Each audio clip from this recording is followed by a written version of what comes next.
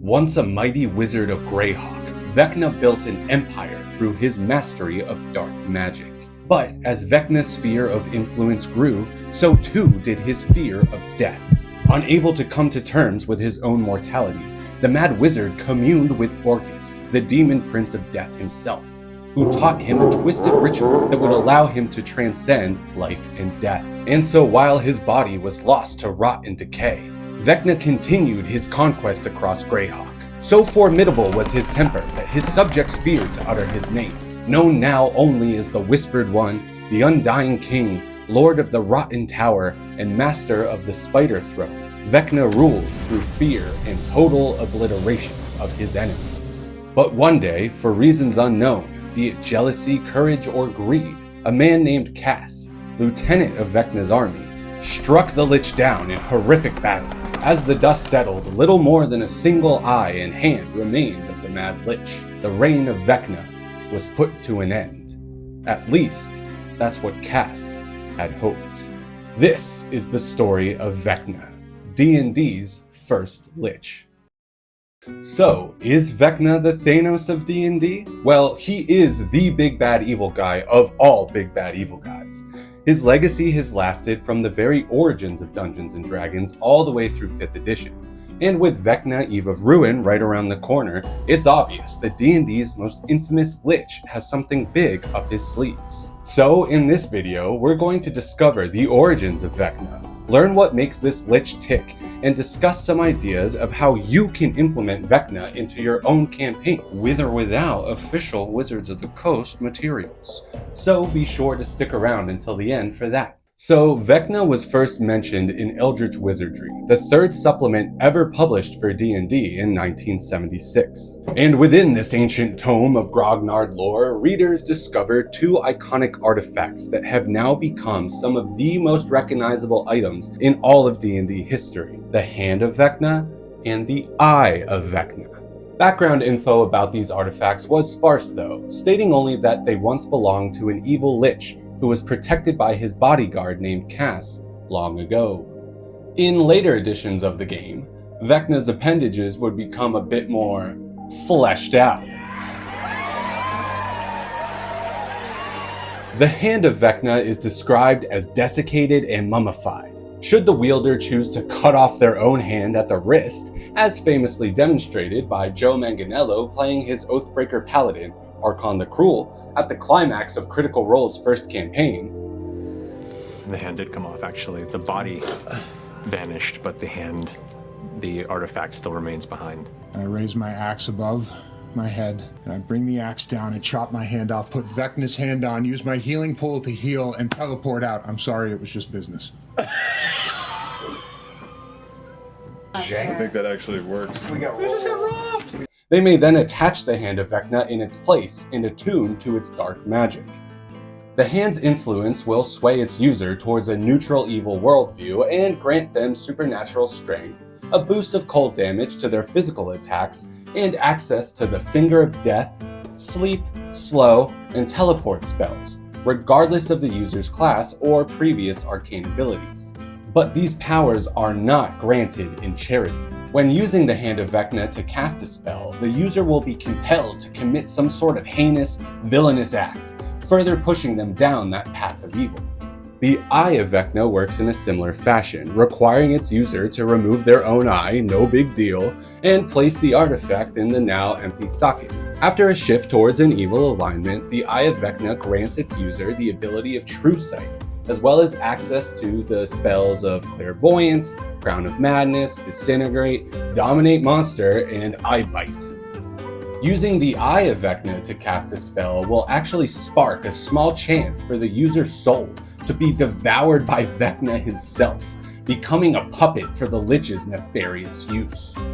Should you happen to be crazy enough to wield both the Hand and Eye of Vecna simultaneously, you'll gain immunity to disease and poison like a paladin, a spidey sense-like ability to perceive imminent danger, additional regeneration powers, and the ability to cast Wish, debatably the most powerful spell in all of D&D, once every 30 days. So needless to say, these are items that you don't want falling into the wrong hand and eye sockets.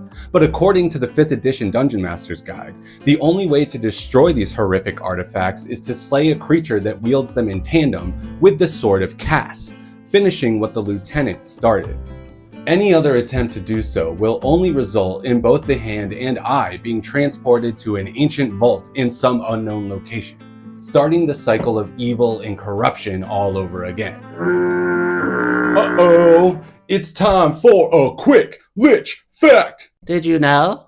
Vecna is actually an anagram of Vance, aka Jack Vance, the prolific pulp fantasy and sci-fi writer whose weird tales were major influences on the creators of D&D, especially in designing its spell slot-based magic system, which was later coined as Vancian magic. Dungeons & Dragons sure is cool. Anyway, fast forward 10 or so years later, and Vecna finally graduates from vague bits of lore to full-blown villain. In an epic story told across 3 campaign modules that span iconic settings like Greyhawk, Ravenloft, and Planescape, players may bear witness to Vecna's rise and fall again. Titled Vecna Lives, Vecna Reborn, and Die Vecna Die, respectively, the story of these modules is absolutely bonkers, so today we'll focus on a quick TLDR to get you guys up to speed. The first module of the trilogy, Vecna Lives, begins with players taking on roles from the Circle of 8, a legendary group of Greyhawk's most powerful wizards, who are actually all based on the PCs of Gary Gygax's original playgroup.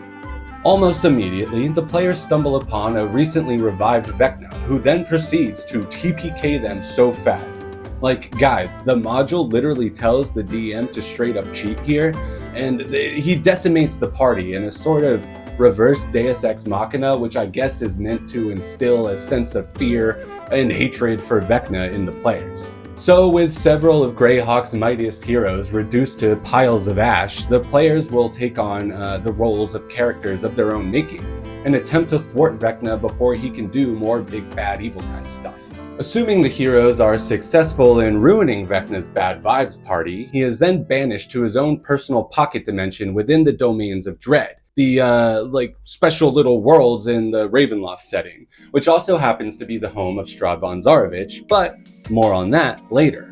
Like I said, guys, the story of these adventure modules gets wild, and while I would be more than happy to take a deeper dive into them should you guys like, Leave a comment and let me know if you do. the TLDR is that in Vecna Reborn, players are pulled into Ravenloft by some spooky fog, a mechanic that should sound familiar to anyone who's played The Curse of Strahd, and later discovered that, you guessed it, Vecna's back. Oh yeah, remember Cass, Vecna's treacherous lieutenant? Well, it turns out that he too was banished to his own domain of dread, while he was throwing down with Vecna. When players arrive on the scene, it turns out that both Cass and Vecna's respective planes have collapsed in on each other. Yeah, I know, it's a lot to take in, but essentially, players will get their Call of Cthulhu on here, taking on more of an investigative role as they attempt to figure out what Vecna is up to with his new gang of cultists, and hopefully thwart his unwelcome return to the land of Greyhawk. This is actually a pretty cool concept that encourages players to use political influence and espionage to pit the two major players, Vecna and Cass, against one another, rather than taking on Vecna directly. Except that even if players manage to get a hold of Cass's sword and thwart Vecna with it, the module's text states that the sword was fake all along and Vecna wins, and then the players are quickly yeeted all the way out of Ravenloft after sitting through an ominous victory speech from Vecna himself.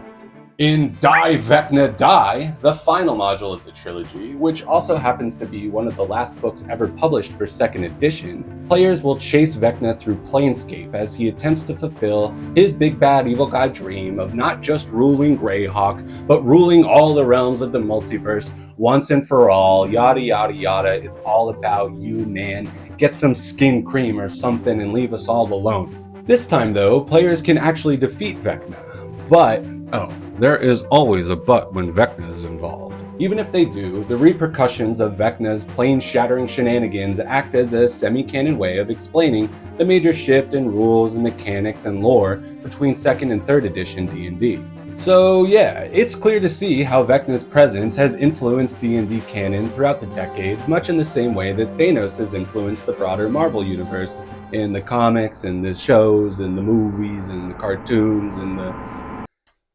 Dude, remember when Marvel was good? So yeah, starting out as little more than a name, a few powerful magic items, and a notion of something more in the text, as the years went on, his evil ambitions served up a story of high stakes and multiversal level threats for thousands of players to take part in. And I think that's pretty cool.